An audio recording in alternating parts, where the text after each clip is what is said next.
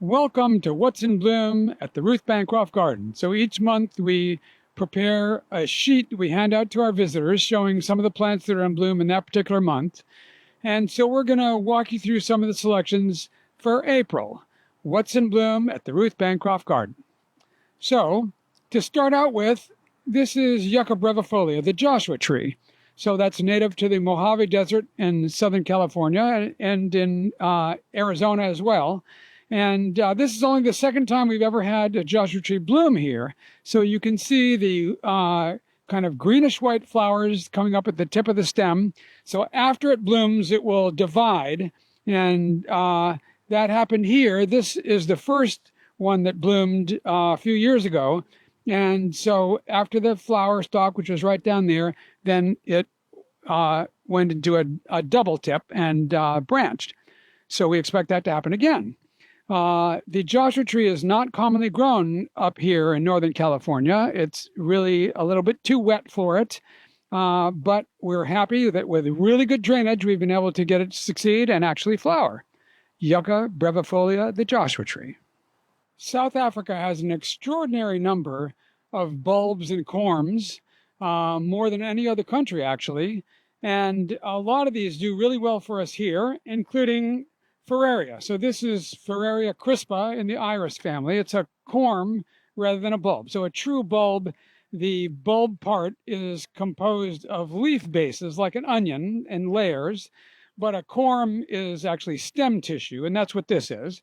But it's bulb-like. And so this is just coming into bloom. So all these bluish stems coming up here are the floral stems, and there's actually one flower open on this one, but there's a bunch of them open on this one over here. So this is Ferraria crispa. The flower looks almost starfish-like, with really unusual patterns and colors on it, and also an unusual smell. It's sort of vanilla-like, but also a little bit strange too. It's an unusual smell. But Ferrarias are from South Africa and do really well here.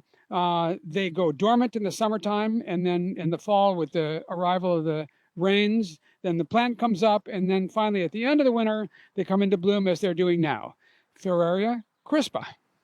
Australia has a genus of plants called Xanthorrhea. It has a terrible spelling beginning with an X, and this is one of those, Xanthorrhea preissii. Sometimes Xanthorrheas are known as grass trees because in time they can get quite a tall trunk, and they have these long, narrow, needle-like leaves and wonderful inflorescences. So usually the inflorescence goes straight up, but in this case it kind of wiggled around and then straightened up at the end. And here we see the little tiny white flowers coming out. So this one has started to flower. The other ones behind me, not quite yet, but they will soon follow. So Xanthorrhea is a genus that occurs in different parts of Australia, both the summer rainfall part and the winter rainfall part, but they all seem to do well for us here in California. This is one of the bigger ones. Xanthorrhea preissii has been in the garden for many years, and this smaller plant here is actually a seedling of the big plant behind. Xanthorrhea preissii. A lot of the aloes that we grow here in California come from South Africa, and South Africa has a great many aloes, a lot of which really do well here.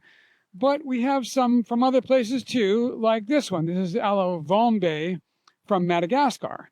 So it's a relatively common aloe in southwestern Madagascar. That's the driest part of the island. And it usually has red flowers, although it can have yellow flowers. Ours is a little bit on the orangey side of red, but here it is in full flower now, this branching inflorescence, and these very large rosettes of leaves that have a little bit of a reddish or bronzy tinge to them. And in time, this gets to be a very tall plant. I've seen plants in Madagascar that were well over 10 feet tall.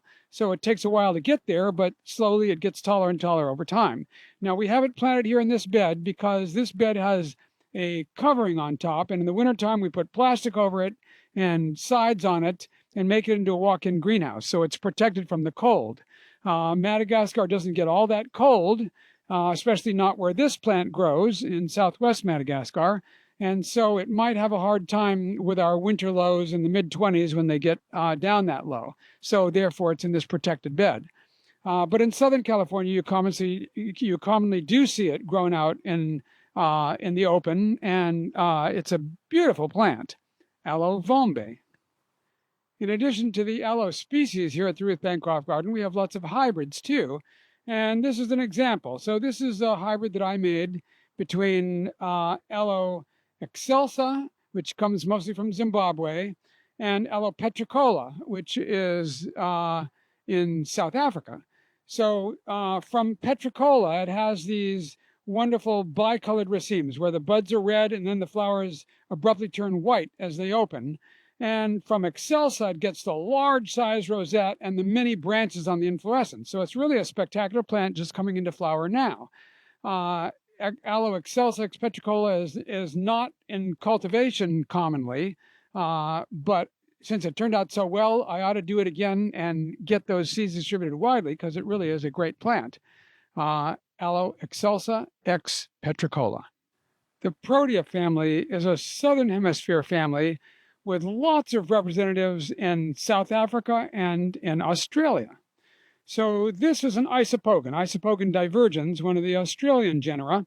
And so like a lot of plants in the Proteaceae, it has flowers that come in clusters or heads with many little flowers bunched together.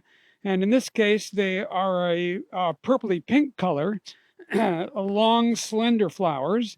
And it really makes a wonderful effect. When backlit, the clusters glow, and the fine textured foliage and the rounded flower clusters really make a wonderful effect together. A great garden plant, not as well known as some of the other members of the Proteaceae. So Protea itself, which is an African genus, has big bracts, and then the flower head sits in the middle of the bracts. So a very different look from this, which doesn't have those bracts. Isopogon's not as commonly grown, but a fantastic plant. And the ones like this from Western Australia do really well here in California because they come from the winter rainfall zone and get a very similar kind of a climate that we have here in California. Isopogon divergens. That brings us to the close of our April edition of What's in Bloom at the Ruth Bancroft Garden.